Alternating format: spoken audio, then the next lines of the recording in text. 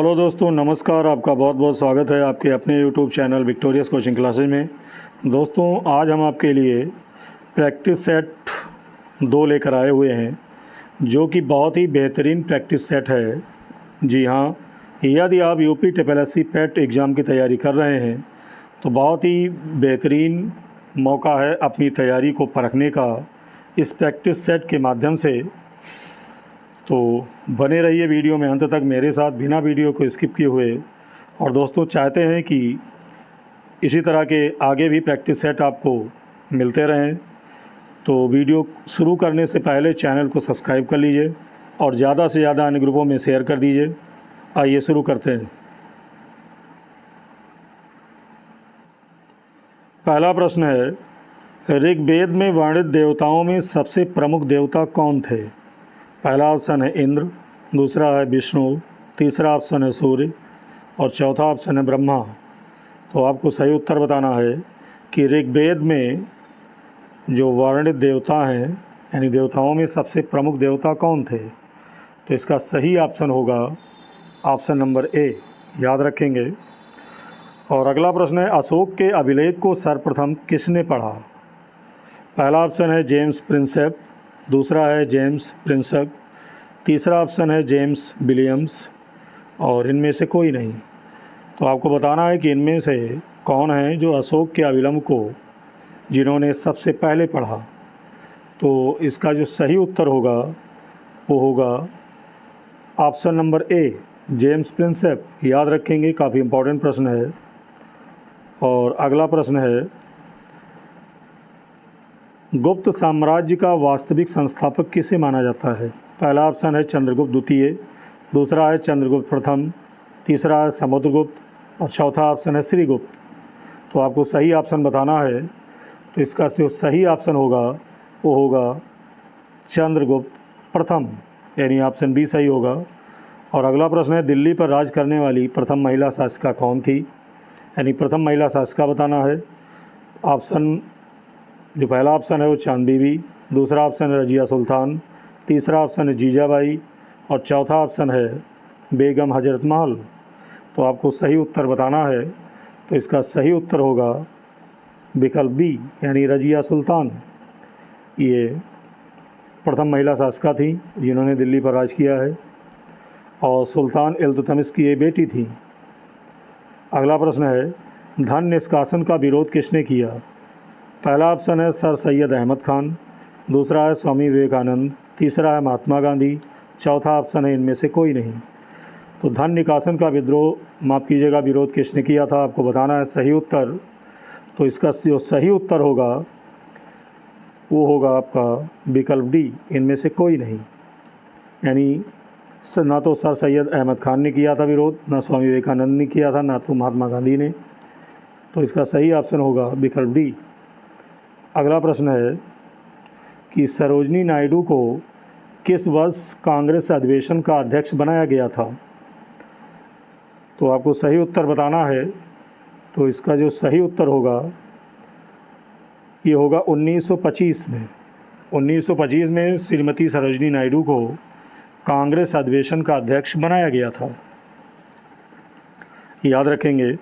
अगला प्रश्न है, महात्मा गांधी के राजनीतिक गुरु कौन थे? तो ये पिछले पेट एग्ज़ाम में भी ये प्रश्न पूछा गया है, काफ़ी इम्पोर्टेंट भी है, बार बार रिपीट भी होता है। पहला ऑप्शन है दादा भाई नौरोजी, दूसरा है लाला लाजपत राय, तीसरा ऑप्शन है गोपाल कृष्ण गोखले, चौथा ऑप्शन है बाल गंगाधर तिलक। तो आपको सही उत्तर बताना है। तो इसका जो सही उत्तर होगा वो होगा आपका विकल्प सी, यानी जो गोपाल कृष्ण गोखले जी हैं ये महात्मा गांधी के राजनीतिक गुरु थे, याद रखेंगे। अगला प्रश्न है, निम्नलिखित घटनाक्रम को सजाएं, यानी क्रमबद्ध आपको करना है। पहला है बंगाल का विभाजन और दूसरा है खेड़ा आंदोलन और तीसरा है चंपारण आंदोलन और चौथा है जलियांवाला बाग कांड। तो सही कालक्रम इसका बताना है। तो इसका जो सही कालक्रम होगा वो होगा विकल्प ए, यानी सबसे पहले बंगाल का विभाजन 1905 में हुआ है और उसके बाद में फिर खेड़ा आंदोलन, माफ़ कीजिएगा, चंपारण आंदोलन हुआ है। यानी नंबर 1 पर बंगाल विभाजन और नंबर 2 पर आपका चंपारण आंदोलन हुआ है और नंबर 3 पर खेड़ा आंदोलन हुआ है और सबसे अंत में जलियांवाला जो बाग हत्याकांड हुआ था सन 1919 में, ये आपका हुआ है। तो इसका विकल्प आपका ए सही होगा, याद रखेंगे। अगला प्रश्न है, सुभाष चंद्र बोस ने कांग्रेस से कब इस्तीफ़ा दिया? तो पहला ऑप्शन 1937, दूसरा है 1938 और तीसरा है 1939 और चौथा ऑप्शन 1940। तो आपको सही उत्तर का चुनाव करना है। तो सही उत्तर इसका होगा विकल्प सी, 1939 में सुभाष चंद्र बोस ने कांग्रेस के पद से इस्तीफ़ा दिया था। और आपको कमेंट करके बताना है कि कांग्रेस के किस अधिवेशन में और कहां पर उन्होंने ये इस्तीफ़ा दिया था। अगला प्रश्न है, भारत छोड़ो आंदोलन के समय करो या मरो का नारा किसने दिया था? देखो दोस्तों, नारे से संबंधित एक न एक क्वेश्चन आता निश्चित है। तो आपको बताना है कि करो या मरो का नारा किसने दिया था। पहला ऑप्शन है जवाहरलाल नेहरू, दूसरा है सुभाष चंद्र बोस, तीसरा है महात्मा गांधी और चौथा ऑप्शन है बाल गंगाधर तिलक। तो सही ऑप्शन आपको बताना है। तो ये नारा दिया था महात्मा गांधी जी ने भारत छोड़ो आंदोलन के समय। तो याद रखेंगे। अगला प्रश्न है कि एशिया की सबसे लंबी नदी का नाम क्या है? तो पहला ऑप्शन है यांगजे नदी और दूसरा अमेजन नदी, तीसरा है एनशी नदी और चौथा ऑप्शन है नील नदी। तो आपको बताना है एशिया की सबसे लंबी नदी का नाम क्या है।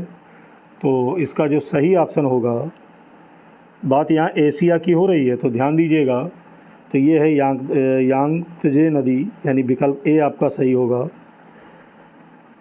और अगला प्रश्न है, निम्नलिखित का मिलान कीजिए।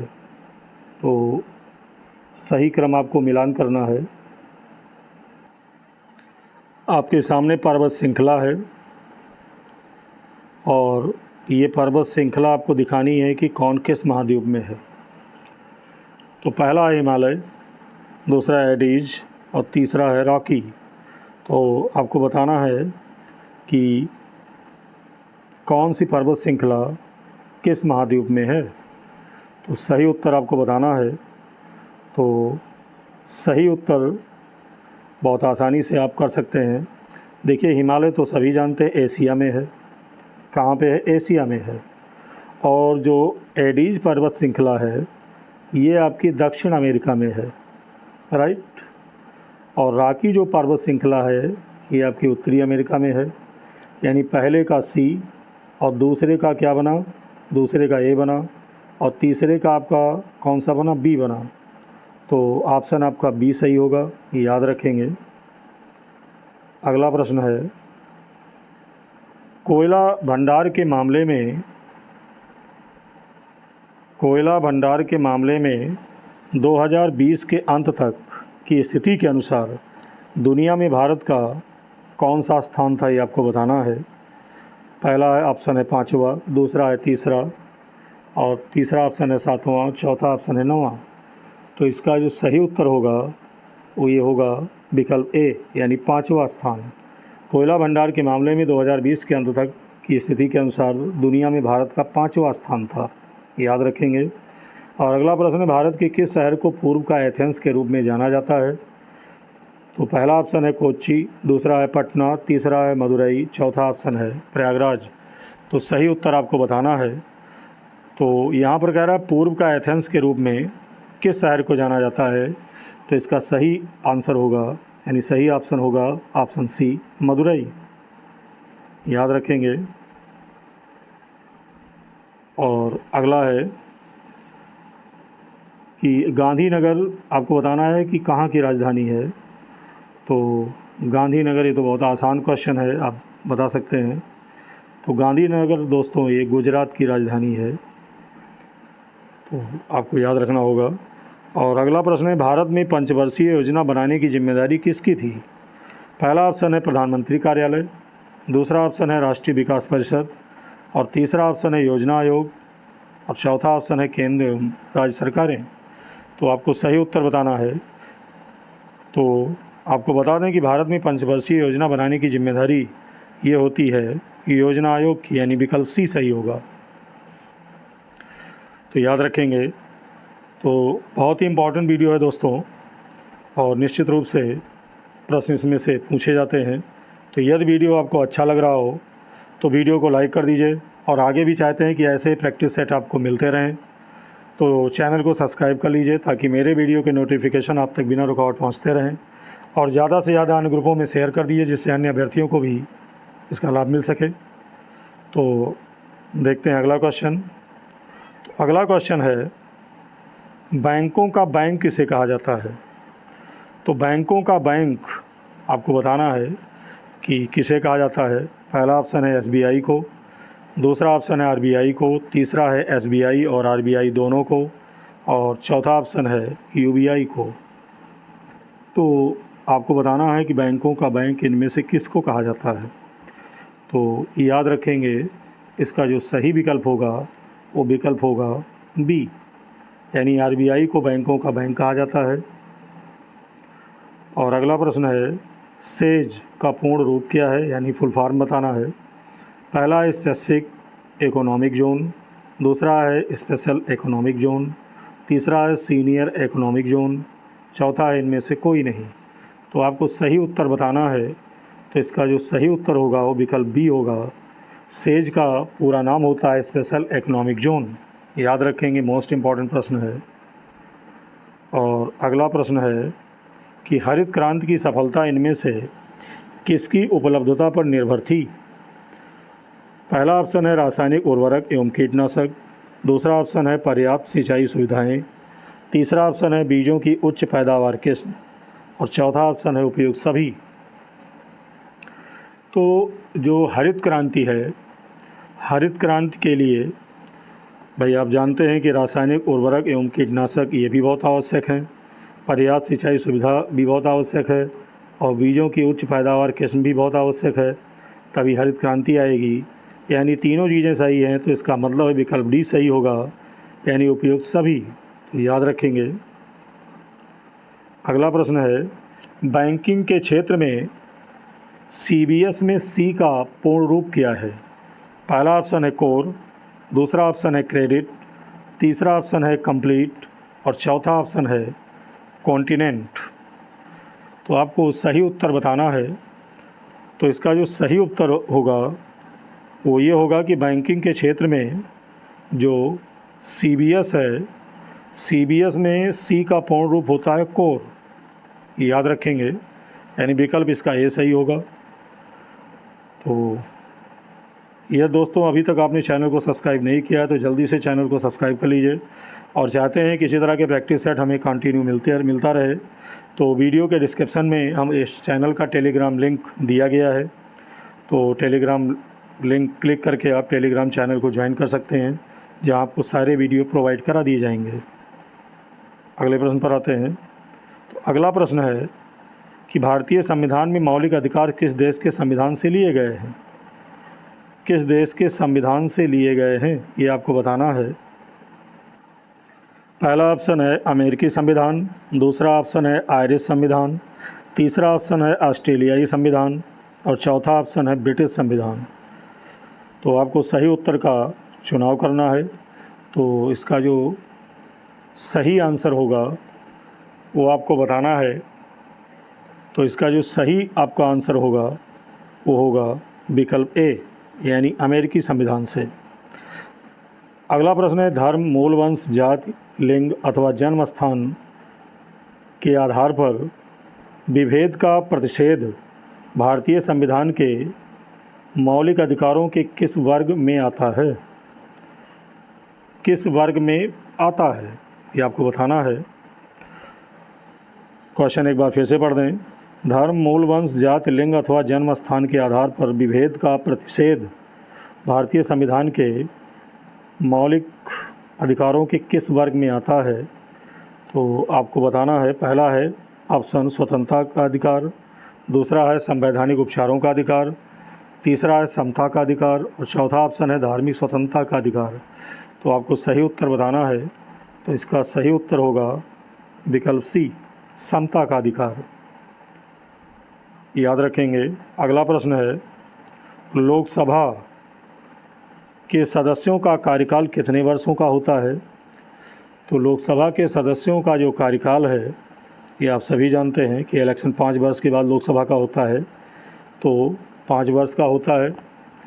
और अगला प्रश्न है, भारतीय संविधान का कौन सा अनुच्छेद राज्यों में राज्यपालों का प्रावधान करता है? तो बहुत ही महत्वपूर्ण प्रश्न है कि भारतीय संविधान का कौन सा अनुच्छेद राज्यों में राज्यपालों का प्रावधान करता है। पहला ऑप्शन है अनुच्छेद 153, दूसरा है अनुच्छेद 136, तीसरा ऑप्शन है अनुच्छेद 124, चौथा ऑप्शन है अनुच्छेद 148। तो आपको सही उत्तर बताना है, तो इसका सही ऑप्शन होगा अनुच्छेद 153 के अनुसार राज्यों में राज्यपालों का प्रावधान होता है, याद रखेंगे। अगला प्रश्न है, किस संविधान संशोधन ने भारतीय संविधान में भाग 9 का नगरपालिकाएं जोड़ा था? पहला ऑप्शन है 74वां संविधान संशोधन अधिनियम, दूसरा है 42वां संविधान संशोधन अधिनियम, और तीसरा है 39वां संविधान संशोधन अधिनियम, और चौथा ऑप्शन है 10वां संविधान संशोधन अधिनियम। तो आपको बताना है कि किस संविधान संशोधन अधिनियम के अंतर्गत संविधान में भाग का नगरपालिकाएं ये जोड़ा गया था। तो काफ़ी इम्पोर्टेंट प्रश्न है, तो इसका जो सही उत्तर होगा वो होगा विकल्प ए, यानी 74वें संविधान संशोधन अधिनियम के अंतर्गत भारतीय संविधान में भाग 9 का नगरपालिकाएं ये जोड़ा गया था। अगला प्रश्न है जो विज्ञान से संबंधित है, समय की एसआई इकाई क्या है? एसआई इकाई क्या है? देखिए, एसआई का फुल फॉर्म होता है सिस्टम इंटरनेशनल डे यूनिट। ये मात्रकों की अंतर्राष्ट्रीय पद्धति होती है। तो आपको बताना है कि समय की एसआई इकाई क्या है, यानी एसआई मात्रक क्या है। पहला ऑप्शन है मिली सेकेंड, दूसरा ऑप्शन है घंटा, तीसरा ऑप्शन है मिनट, और चौथा ऑप्शन है सेकेंड। तो आपको सही उत्तर की पहचान करना है, तो सही इसका आंसर होगा सेकेंड, यानी विकल्प डी सही होगा। और अगला है, कांसा किसकी मिश्र धातु है? कांसा किसकी मिश्र धातु है? पहला ऑप्शन है तांबा और टिन, दूसरा है तांबा और जस्ता, तीसरा ऑप्शन है तांबा और लोहा, और चौथा ऑप्शन है लोहा और निकिल। तो आपको सही उत्तर का चुनाव करना है, तो सही उत्तर इसका होगा कि कांसा ये मिश्र धातु होती है तांबा और टिन का, यानी विकल्प ए सही होगा, याद रखेंगे। अगला प्रश्न है, आवर्त सारणी सर्वप्रथम किसके द्वारा ये दी गई थी? आवर्त सारणी सर्वप्रथम, भाई आवर्त सारणी में तत्वों का वर्गीकरण किया गया है। तो यदि आप साइंस के स्टूडेंट हैं तो आपने पढ़ा ही होगा पीरियोडिक टेबल। आवर्त सारणी सर्वप्रथम किसके द्वारा दी गई थी? पहला ऑप्शन है ओटो ब्लॉथी, दूसरा ऑप्शन है योहानेस केपलर, और तीसरा ऑप्शन है दिमित्री मेंडलीव, चौथा ऑप्शन है माइकल फैराडे। तो सही उत्तर का चुनाव करना है, इसका सही उत्तर होगा विकल्प सी, याद रखेंगे, दिमित्री मेंडलीव। और अगला प्रश्न है, निम्नलिखित में से किस कोशिका अंगक को कोशिका की आत्मघाती थैली कहा जाता है? पहला ऑप्शन है सूत्रकणिका, दूसरा ऑप्शन है केंद्रक, तीसरा ऑप्शन है केंद्रिका, और चौथा ऑप्शन है लैनकाय। तो आपको बताना है कि इनमें से किस कोशिका अंगक को कोशिका की आत्मघाती थैली कहा जाता है। तो इसका जो सही आंसर होगा वो होगा विकल्प डी, यानी लैनकाय को कोशिका की आत्मघाती थैली कहा जाता है, ये याद रखेंगे। अगले प्रश्न पर आते हैं। अगला प्रश्न है जो कि इस वीडियो का अंतिम प्रश्न है कि निम्नलिखित में से कौन सा एंजाइम लार में पाया जाता है? तो पहला ऑप्शन है लैक्टोज। देखिए, एंजाइम से संबंधित प्रश्न निश्चित रूप से आते हैं। पहला ऑप्शन है लैक्टोज, दूसरा है डायस्टेज, तीसरा है सुक्रोज, और चौथा ऑप्शन है टाइलिन। तो आपको बताना है कि इनमें से कौन सा एंजाइम लार में पाया जाता है। तो इसका जो सही ऑप्शन होगा वो होगा चौथा ऑप्शन, विकल्प डी, टाइलिन। टाइलिन एंजाइम ये लार में पाया जाता है। तो ये थे दोस्तों आज के महत्वपूर्ण 30 क्वेश्चंस। उम्मीद है वीडियो आपको अच्छा लगा होगा। तो यदि अच्छा लगा हो तो लाइक कर दीजिए और अपनी प्रतिक्रिया कमेंट में हमें अवश्य बताएं, जिससे आपके लिए आगे और भी अच्छे कंटेंट आपको प्रोवाइड कराए जा सकें। और यदि वीडियो आपको अच्छा लगा हो तो ज़्यादा से ज़्यादा अन्य ग्रुपों में शेयर कर दीजिए। और कंटिन्यू अगर ऐसे वीडियो आप चाहते हैं तो टेलीग्राम चैनल हमारा अवश्य ज्वाइन कर लीजिए, जहाँ आपको 1 बाय 1 सारे वीडियो मिलेंगे। तो मिलते हैं एक नए प्रैक्टिस सेट में, तब तक के लिए बहुत बहुत धन्यवाद।